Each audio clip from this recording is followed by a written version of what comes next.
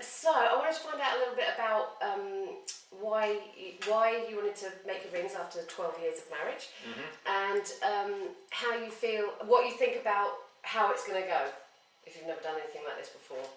So my concerns are that my arts and crafts skills are very poor, akin to an 8-year-old child. Okay. So I'm scared I'm going to end up with a rubbish ring. Okay. So that's my main concern, what I can actually come up with and whether Lorraine's going to want to wear what I create. Because you're going to make each other's rings. Absolutely, yes.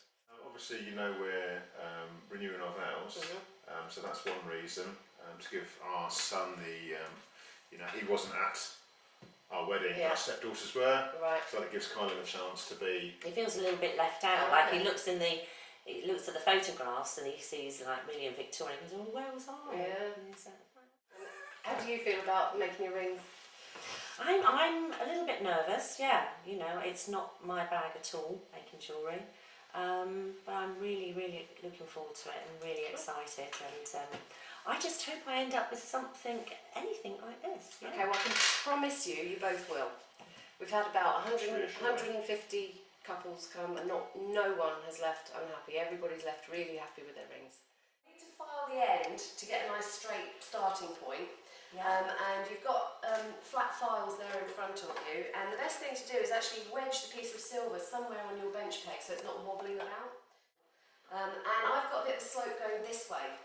Okay, so I need to get rid of that, so I'm going to tip my file that way to start taking off that high edge.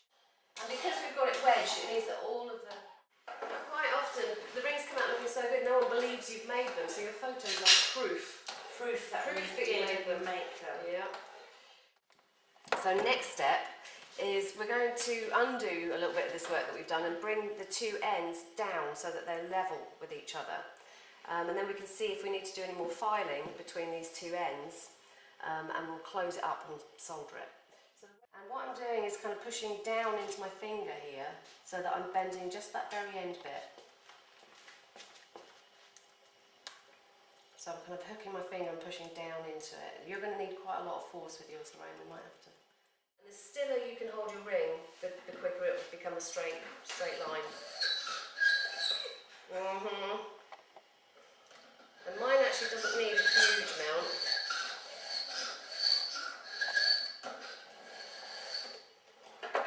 How's that? Moving straight, let me see. I use the light quite a lot to kind of bounce it off the surfaces to see if I've got any fat. Yeah, you know what you're looking for. Yeah, no, that's pretty good. I think I'd leave that alone. Okay. Quick while you're ahead. That's it.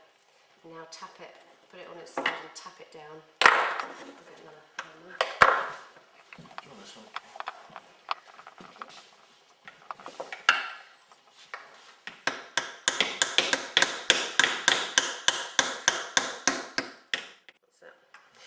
And now you're going to paint a little bit of flux on there.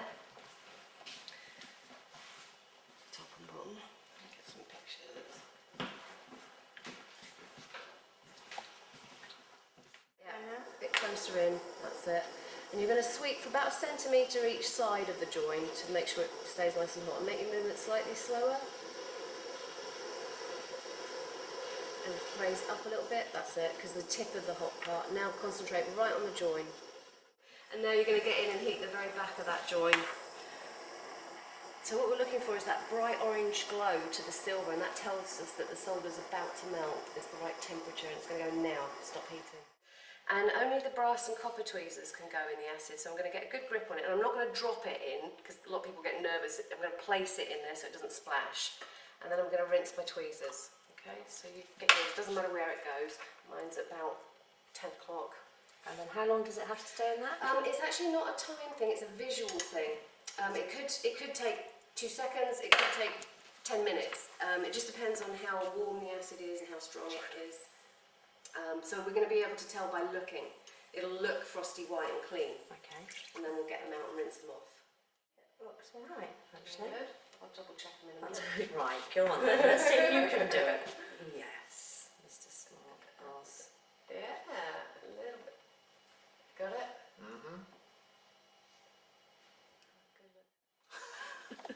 Stupendous, absolutely brilliant. They're totally fine. Right.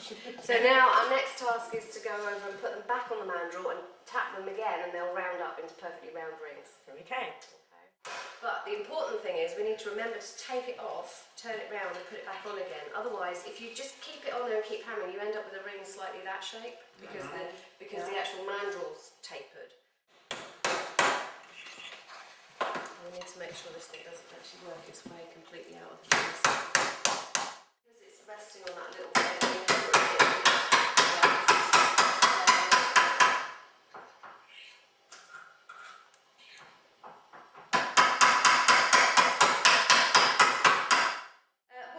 Use a file like this, which is flat on one side and rounded on the other, for obvious reasons.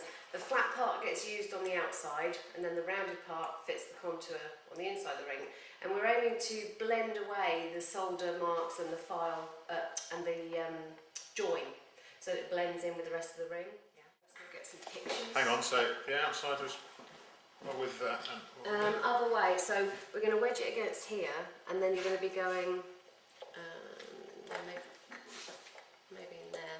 You're going to be going up and over this way, so you're going with the ring. Okay. Gotcha. Can you see that you're actually doing quite a lot here? Yeah. Which means that it's tipped very slightly to that edge. So you use the light to kind of tell where your file's going. Those glasses. Yeah, it does help if you can see what you're doing. Inside this box, which helps to contain the dust, and it also protects your eyes, so you don't have to actually wear the goggles. And what we've got in here is it's called Pratex. It's like a rubberized sandpaper, but it kicks out a lot of dust. So this helps to contain the dust. And the foot pedal is down here, which makes this spin. And what we're going to do is work on this piece of wood here. And if I do one bit, I'll come out and show you. And we're aiming to get rid of our file marks. So you want to keep them moving. And if you're doing it right, it's going to get hot. And I'm going to turn it round and even it up a bit.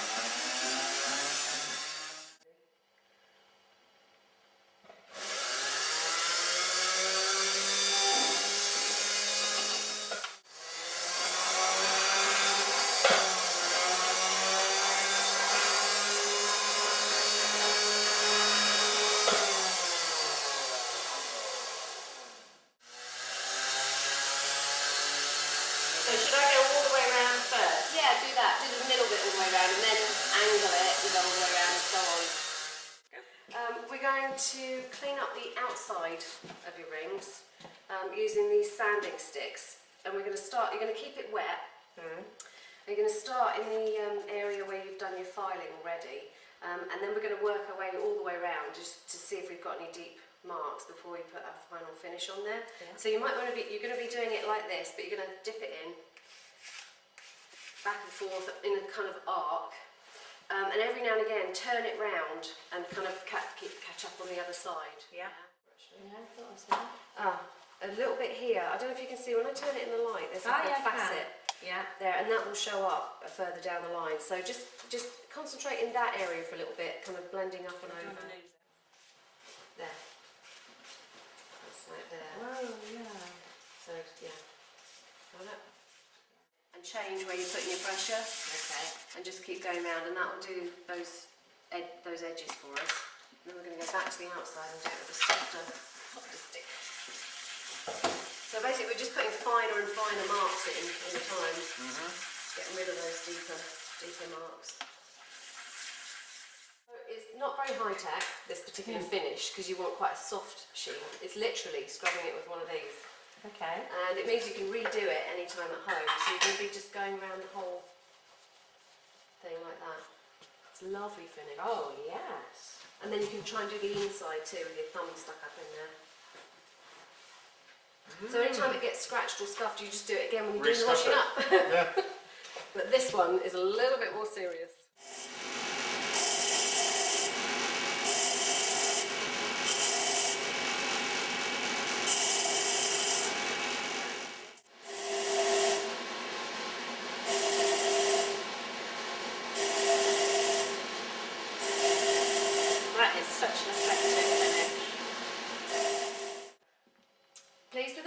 Absolutely delighted.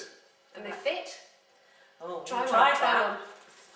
one. With this ring, A perfect Yay, fit. look yeah, at that. it's, Now get it over your knuckles.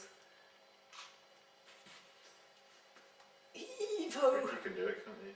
Yeah. Were you doing that one? Did you? There it is. Perfect. Yeah. Absolutely Let me see. wonderful. Let me get a picture of your hands. One more. Sorry. So back in the beginning of the day, you remember you saying you didn't think you'd be able to do this? Yes. So how are you feeling now? Personally, I can't believe that I've made this lovely ring. It is. It's fantastic. And I'm absolutely delighted with what Lorraine's done for me. Brilliant. I'm Beautiful. thrilled. It's been a really, really enjoyable day. I've learned such a lot. It's been a wonderful experience, and we've got 2 beautiful rings at the end of it. I'm So thrilled. not Thank too nerve Thank you, wracking. You're darling. welcome. Thank you.